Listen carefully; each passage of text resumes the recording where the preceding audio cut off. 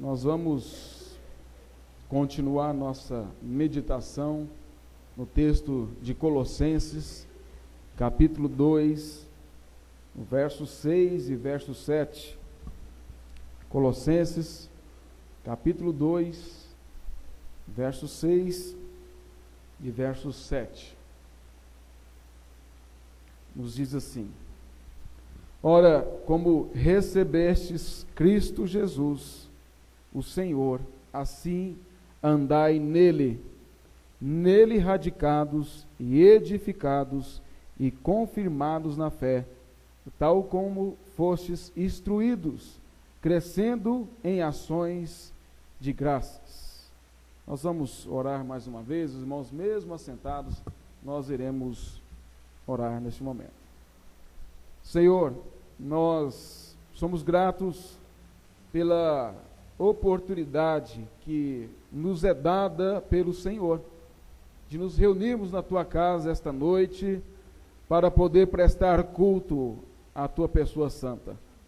Senhor, nós reconhecemos os nossos pecados, as nossas iniquidades, transgressões, as nossas limitações, mas nós, ó Deus, cremos que se confessarmos os nossos pecados, se concordarmos com a Tua palavra quando ela nos exorta, nós, ó Deus, somos perdoados no Senhor e purificados de toda injustiça.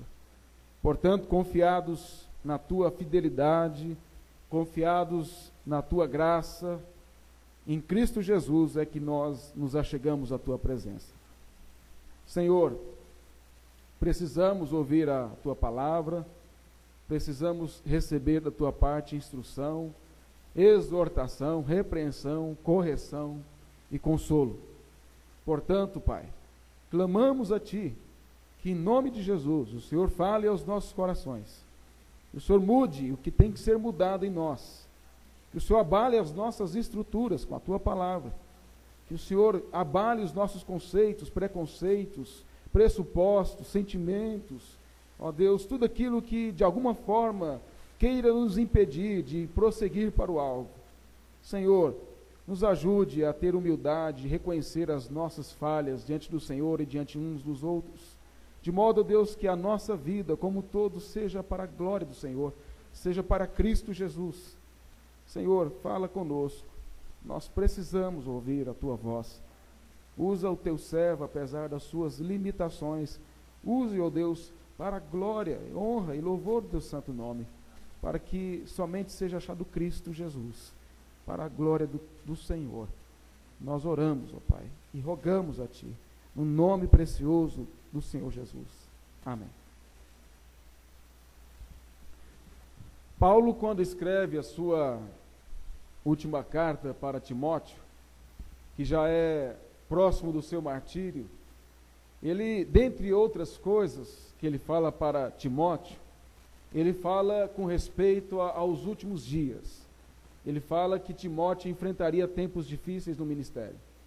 E aí ele relata isso no capítulo 3 de 2 Timóteo, e no capítulo 4, depois dele ter falado para Timóteo sobre a inspiração das Escrituras, da utilidade das Escrituras, e que Timóteo deveria permanecer no que ele foi ensinado desde a sua infância, no capítulo 4, até o verso 1, até o verso 4, Paulo fala lá para Timóteo que ele deveria pregar a palavra, quisessem as pessoas na igreja ouvir ou não, porque ele diz o seguinte: Timóteo, vai ter um tempo em que as pessoas não vão querer ouvir Bíblia, não vão querer ouvir sã doutrina, elas vão correr atrás de mestres que pregam aquilo que elas querem ouvir, elas vão ter como coceiras nos ouvir, ou seja, inquietas, elas vão estar igreja em igreja, buscando ouvir aquilo que massageia o ego, aquilo que agrada os seus ouvidos.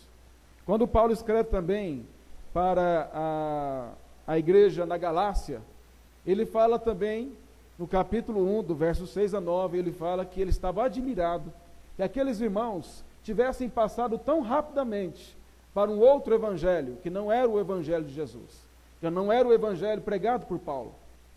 O apóstolo Paulo também, narrado por Lucas, em Atos dos Apóstolos, ele quando chama os presbíteros de Éfeso, lá de Mileto, para despedir deles, dar as últimas instruções, Paulo diz a eles, entre outras coisas, que depois da sua partida, levantaria no meio da igreja falsos pregadores, falando coisas erradas, heresias no meio da igreja, e que lobos vorazes, os lobos que viriam de fora, atacariam a igreja. Isso está em Atos 20, de 29 a 30.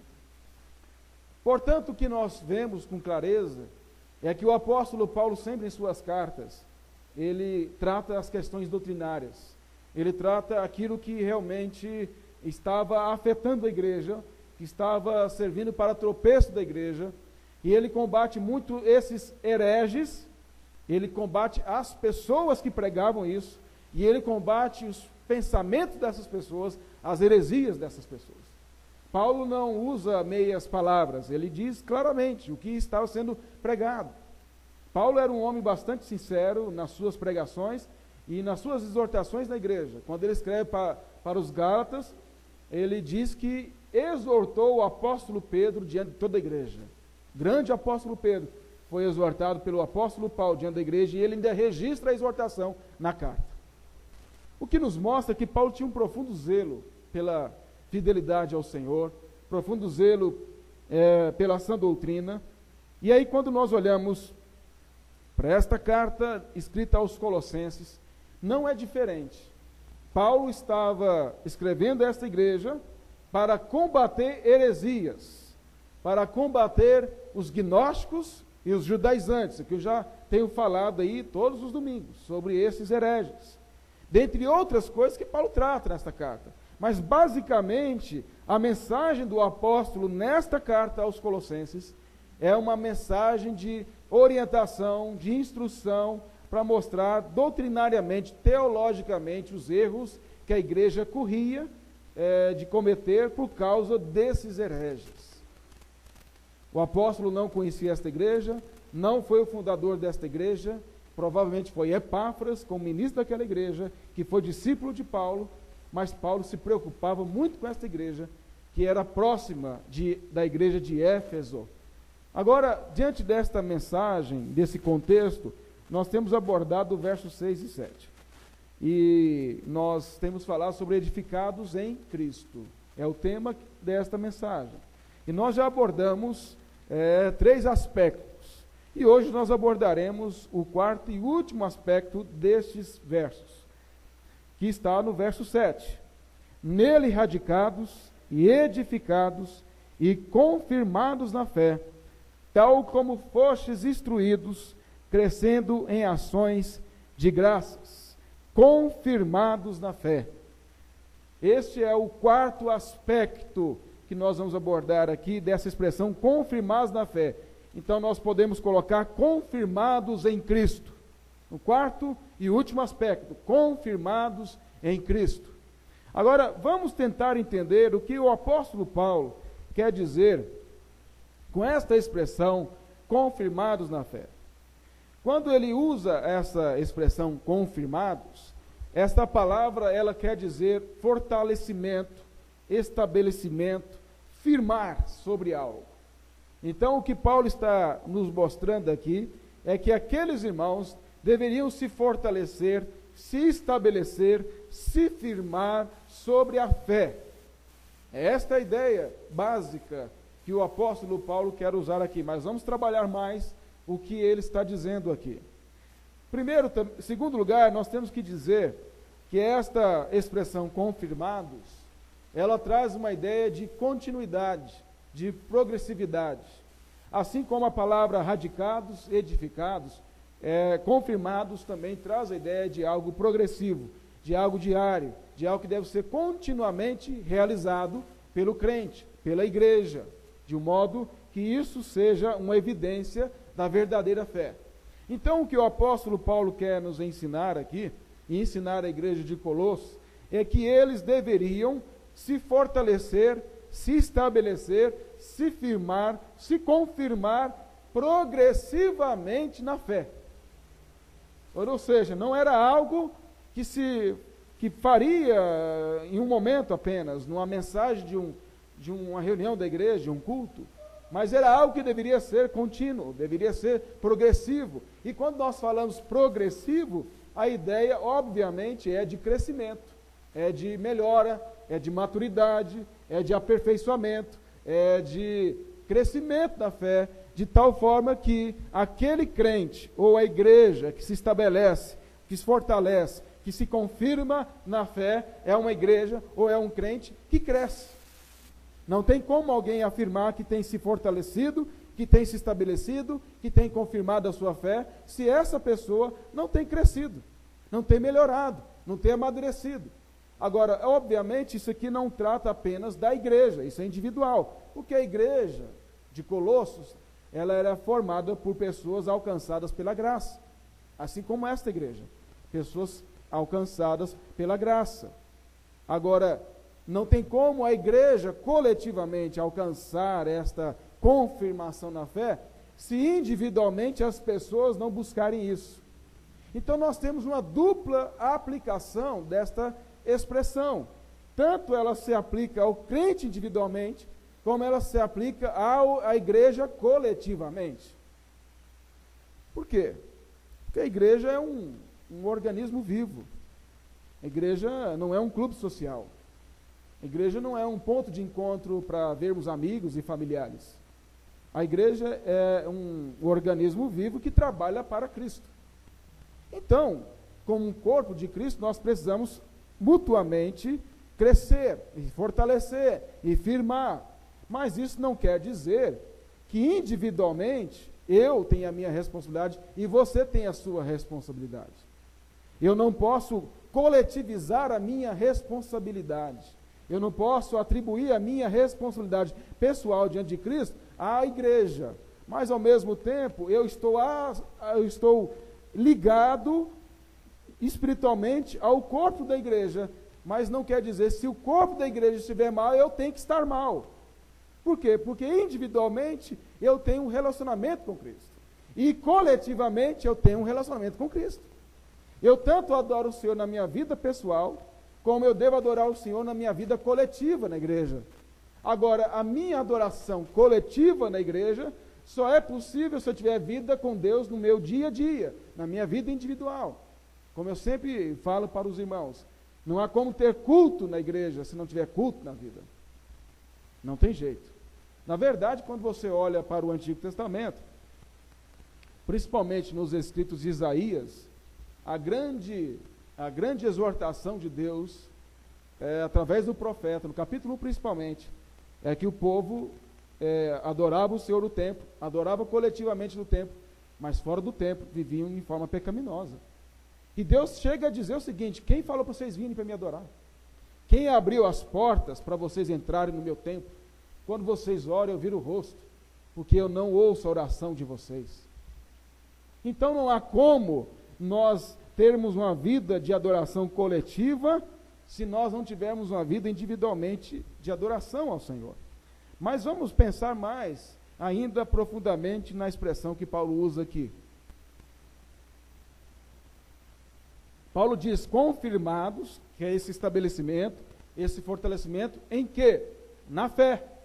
É essa a expressão de Paulo. Agora, o que é fé? Alguns podem dizer que fé é crer num conjunto de verdades doutrinárias, teológicas. Então, se você crê em certas coisas doutrinariamente corretas, isto é fé. Outros podem dizer que se você crê num conjunto de doutrinas ou num compêndio de teologia, isto é fé. Outros podem dizer que fé, na verdade, é você pensar positivo.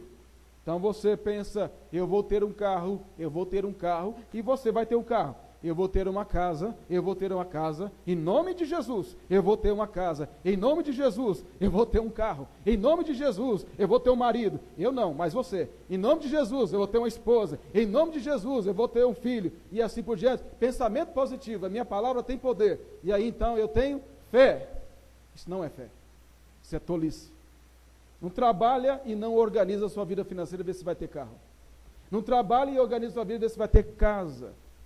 Não dependa de Deus e cuide da sua vida espiritual e física, vê se vai ter marido ou esposa. Não vai ter, porque isso não é fé. Então, nós precisamos entender que fé não é isso. Fé, então o que é fé? Primeira coisa, um comentarista desse texto diz o seguinte: que fé é o cimento da edificação. A fé é o cimento da edificação. Paulo disse antes, nele radicados e edificados. Então o cimento dessa edificação é a fé. Agora, o que é fé?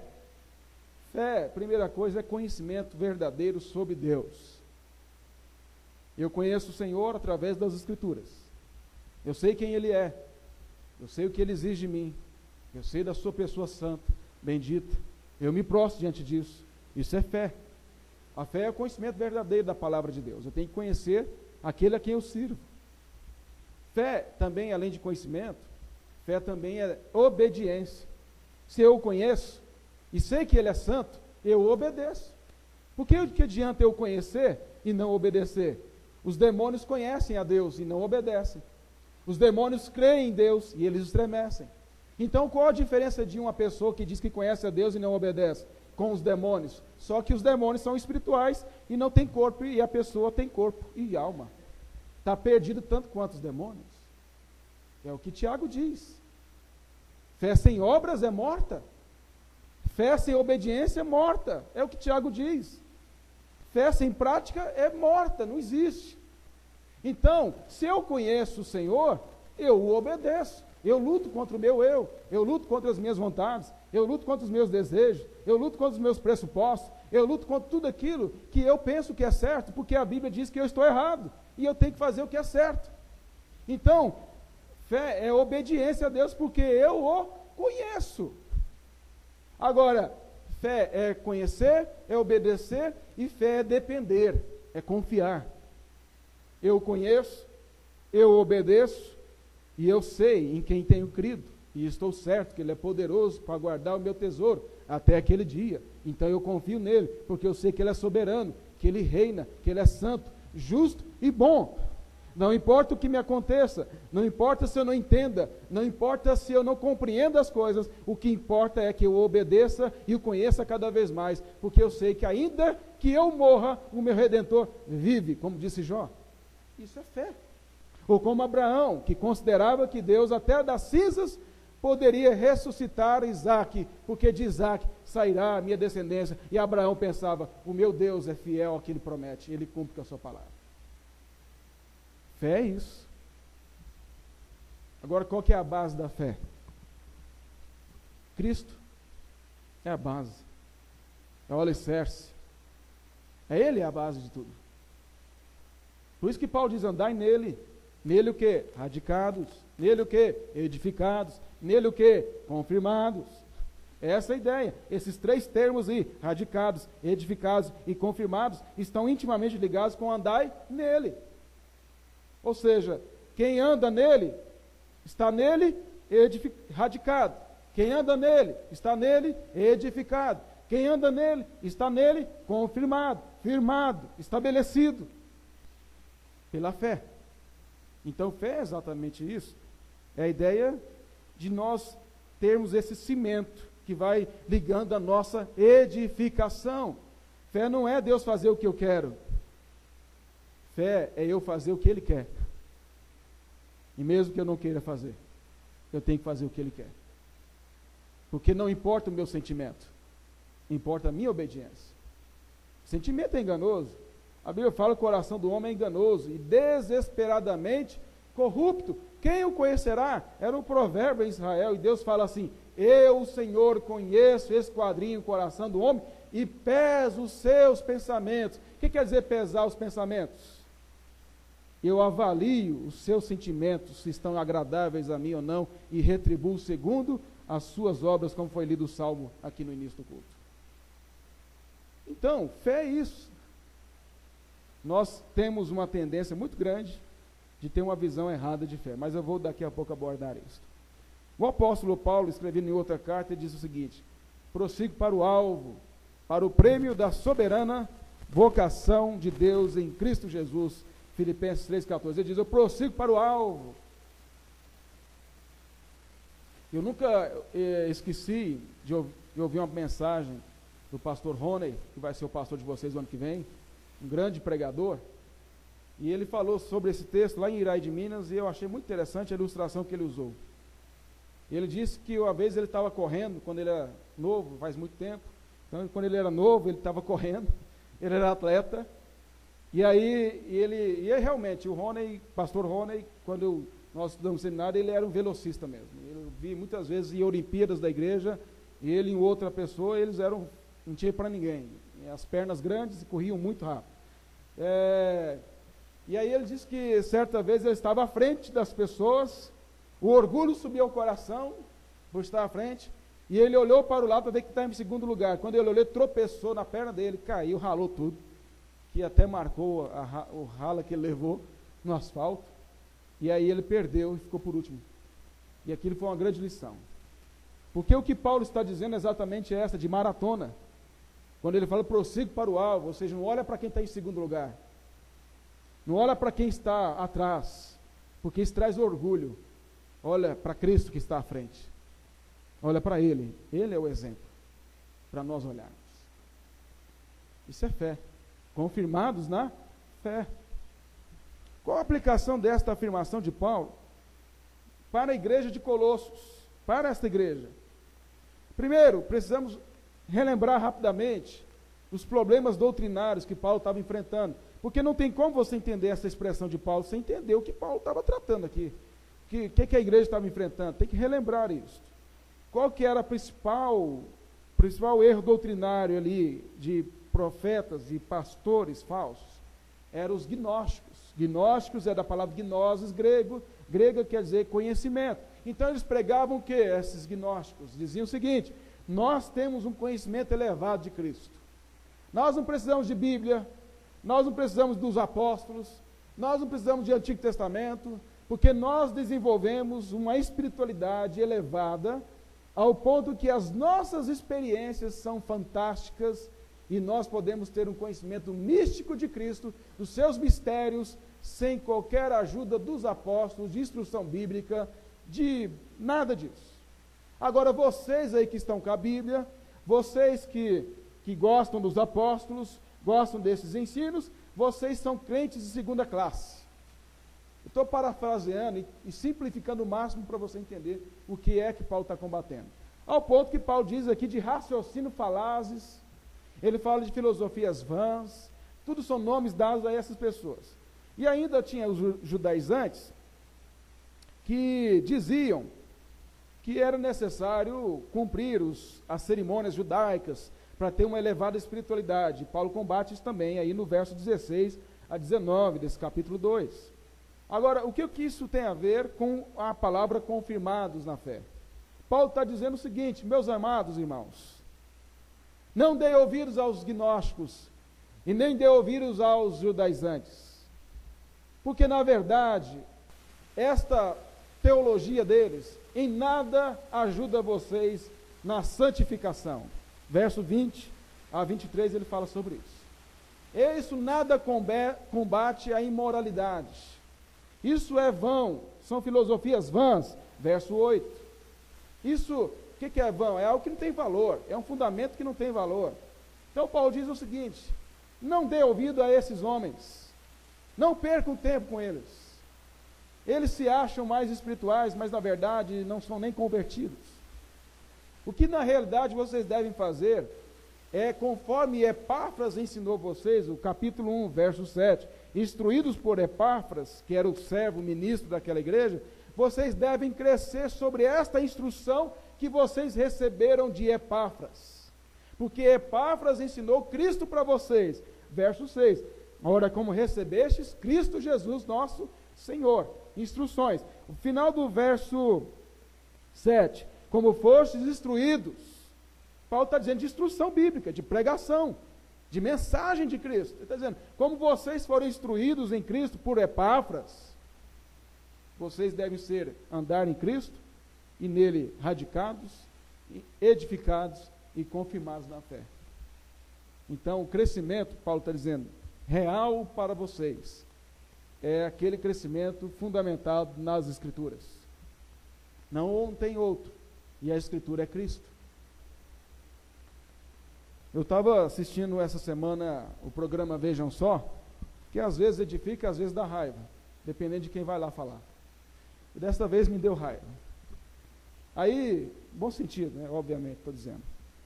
E aí, o Weber Cocarelli, que é o apresentador do programa, perguntou para os debatedores, que na verdade defendiam a mesma opinião, falando sobre dons, e ele disse o seguinte: hoje em dia, o Weber perguntou para eles, os crentes não têm entendido que o dom de expor a Bíblia, de pregar a Bíblia, de ensinar a Bíblia, como Paulo tinha, é um dom assim sem muito valor, sem muita importância. Então eles preferem outros dons miraculosos, extraordinários. Esse dom de pregar a Bíblia é um donzinho meio fraco.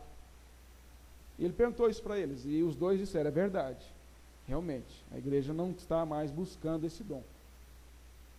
Aliás, dom não se busca, dom é dado, mas eles entendem assim. Então eles disseram isso, e é exatamente a realidade da igreja. Eu não vou entrar nem em questão de dons, porque eu já ensinei isso quarta-feira, por muitas quartas-feiras. O que eu quero mostrar para você é o seguinte, que esta colocação do Weber Cocarelli expressa realmente aquilo que a igreja moderna tem feito, de misticismo. Não valoriza a exposição da Bíblia, não valoriza instruir as pessoas com a Bíblia. O que valoriza são dons de cura, dons miraculosos, maravilhosos aos olhos, que traz aquele espetáculo diante das pessoas, e não esse momento de aprender o que Deus tem a dizer com a sua palavra, como Paulo aqui está dizendo. Então é o seguinte, isso é evidente, o que nós temos vivido é um novo gnosticismo na igreja evangélica. É uma busca pelo místico, pelo sobrenatural, pelas coisas extraordinárias, é o que eles faziam.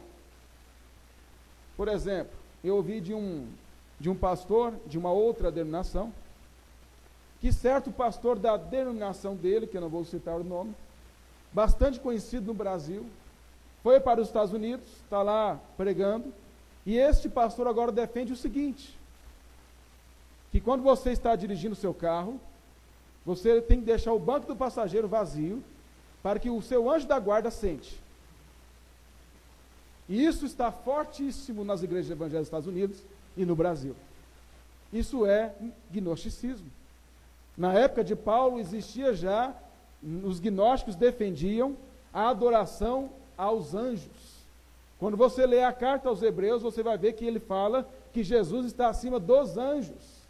Por quê? Porque a igreja estava sendo influenciada pela teologia, pela doutrina errada de adoração aos anjos. E é exatamente o que está acontecendo hoje. É o novo gnosticismo com outros nomes. Se você não for confirmado na fé, alicerçado na fé, edificado em Cristo, você não tem como vencer estas coisas. Para concluir a exposição do texto, o verso 7 diz assim: tal como fostes instruídos, crescendo em ações de graças. Paulo está dizendo o seguinte: como vocês foram instruídos por Epáfras, vocês devem em Cristo ser edificados, radicados e confirmados na fé. Então Paulo está mostrando àquela igreja que, ao contrário dos gnósticos, aquela igreja deveria ser confirmada na fé, conforme eles tinham aprendido das instruções do apóstolo, ou de Epáfras. O que isso ensina? Que Paulo está mostrando àquela igreja a importância de um púlpito fiel. Epáfras era um ministro fiel, e ele instruía e falava de Cristo, e a igreja estava sendo tentada a dar ouvidos a pregadores que pregavam o que eles queriam ouvir. Mas Paulo diz: este tem ensinado vocês como andar em Cristo. Portanto, a melhor propriedade da igreja é o ministro fiel. Lá em Apocalipse, Jesus fala das 7 lâmpadas na igreja, que são 7 pastores, em cada igreja, que estão nas mãos do Senhor Jesus. E lâmpada lá é a ideia de iluminar o caminho, de conduzir, não por si mesmo, mas pelas Escrituras, porque a palavra de Deus é lâmpada para os nossos pés e luz para os nossos caminhos. Então a instrução fiel da palavra é a melhor coisa que a igreja possa ter.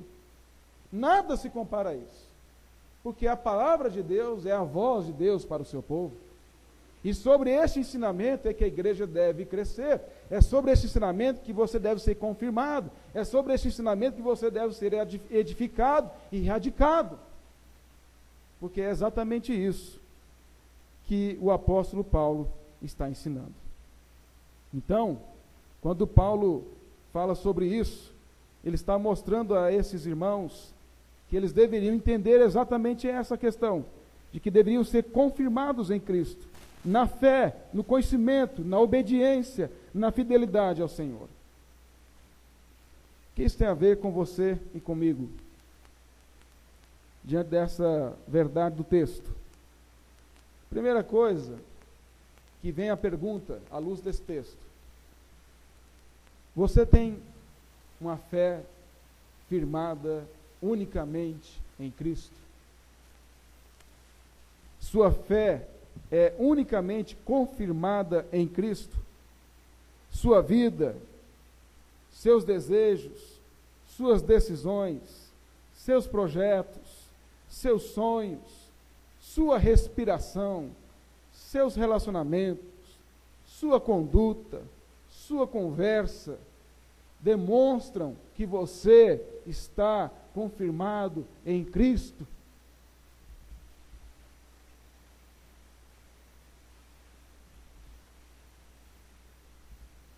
Você se abala teologicamente facilmente com os ensinos errados? As heresias que você ouve na televisão, assiste e vê na televisão, ouve no rádio, ou ouve de alguém, abalam com facilidade as suas convicções? Se abalam é porque você não está confirmado em Cristo. As heresias te deixam confuso ou confusa? As heresias que você ouve te deixam alegre, coração massageado, o ego inchado? Se isso acontece, é demonstração clara de que você, no mínimo, não tem crescido na fé. No mínimo, para não ser pessimista demais. Você tem vivido o cristianismo vibrante, santo e progressivo? Seu cristianismo é vibrante? Seu coração queima por Jesus? Sua alma se prostra diante dele? Você estagnou na fé? O seu conhecimento hoje bíblico é o mesmo da sua conversão? O seu conhecimento teológico é o mesmo quando você fez catecúmeno? Você hoje teria condições de dar aula de catecúmeno? De expor as verdades ali? O quanto você tem investido na sua fé, no seu conhecimento, o quanto você tem melhorado, o quanto você tem lido bons livros, o quanto você tem ouvido boas pregações, palestras, feito cursos, aproveitado as oportunidades. E não vem dizer que não tem oportunidade. Basta você entrar no YouTube, você tem um monte de pregações maravilhosas, John Piper, Augusto Nicodemos, e outros grandes pregadores, Hernandes Dias Lopes. Você pode ouvir ali o dia inteiro, assistir o dia inteiro. Não tem desculpa. Não precisa nem fazer curso. É lógico que o curso ajuda, mas você tem tantos recursos para você fazer. O que realmente acontece é que nós não aproveitamos as devidas oportunidades. Nós realmente não atentamos para essas coisas. Sua carreira cristã tem sido progressiva em direção a Cristo? Você tem crescido, você tem melhorado como pessoa? Porque também não é só conhecer teologicamente as verdades, é obedecer. Você tem melhorado, isso é confirmado na fé. Você tem crescido na fé, tem se tornado uma pessoa melhor. A cada dia, a cada semana, a cada mês, a cada ano, você tem observado melhoras no seu caráter?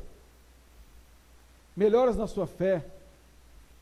Mais maduro, mais madura? Mais centrado, mais centrada? As pessoas que convivem com você têm percebido mudança progressiva na sua vida? Se não tem, algo muito sério está errado. Muito sério.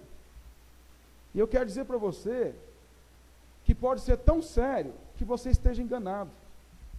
E não seja crente. Seja religioso. Porque é impossível ser alcançado por Cristo e permanecer do mesmo jeito. É impossível receber instruções de Cristo e não crescer na fé. É impossível ser alcançado pela graça e não ter um crescimento progressivo. Não quer dizer que em alguns momentos a gente tem alguma falha, tem algum tropeço, tem um momento de aridez espiritual. Isso é óbvio que é tranquilo, mas a questão é que levantamos e continuamos. Como disse o Rocky Balboa, que eu cito, não importa o quanto você apanha, importa o quanto você apanha e continua em frente. Porque a vida, ele diz, bate muito forte, muito mais que um soco de um boxeador. A vida bate muito mais duro. Mas o importante é que você não é nocauteado. Você levanta e continua em frente, avante, porque o seu general é Cristo, o seu rei é Cristo, o seu alvo é Cristo e a sua força é Cristo. Que esta noite você possa pensar sobre isso. E eu quero terminar dizendo o que Paulo disse em outra carta. Vivei acima de tudo por modo digno do Evangelho de Cristo, para que, ou indo ver-vos, ou estando ausente, ouça no tocante a vós outros, que estáis firmes em um só espírito, como uma só alma, lutando juntos pela fé evangélica. Filipenses 1, 27. Você ainda em pé, sentado aliás, mesmo assentado, nós vamos orar neste momento, pedindo ao Senhor que aplique aos nossos corações esta mensagem. E eu vou pedir para que nos conduza a Deus nesta oração, o nosso irmão presbítero Lindomar, em resposta à mensagem, que ele nos conduza a Deus nesta oração.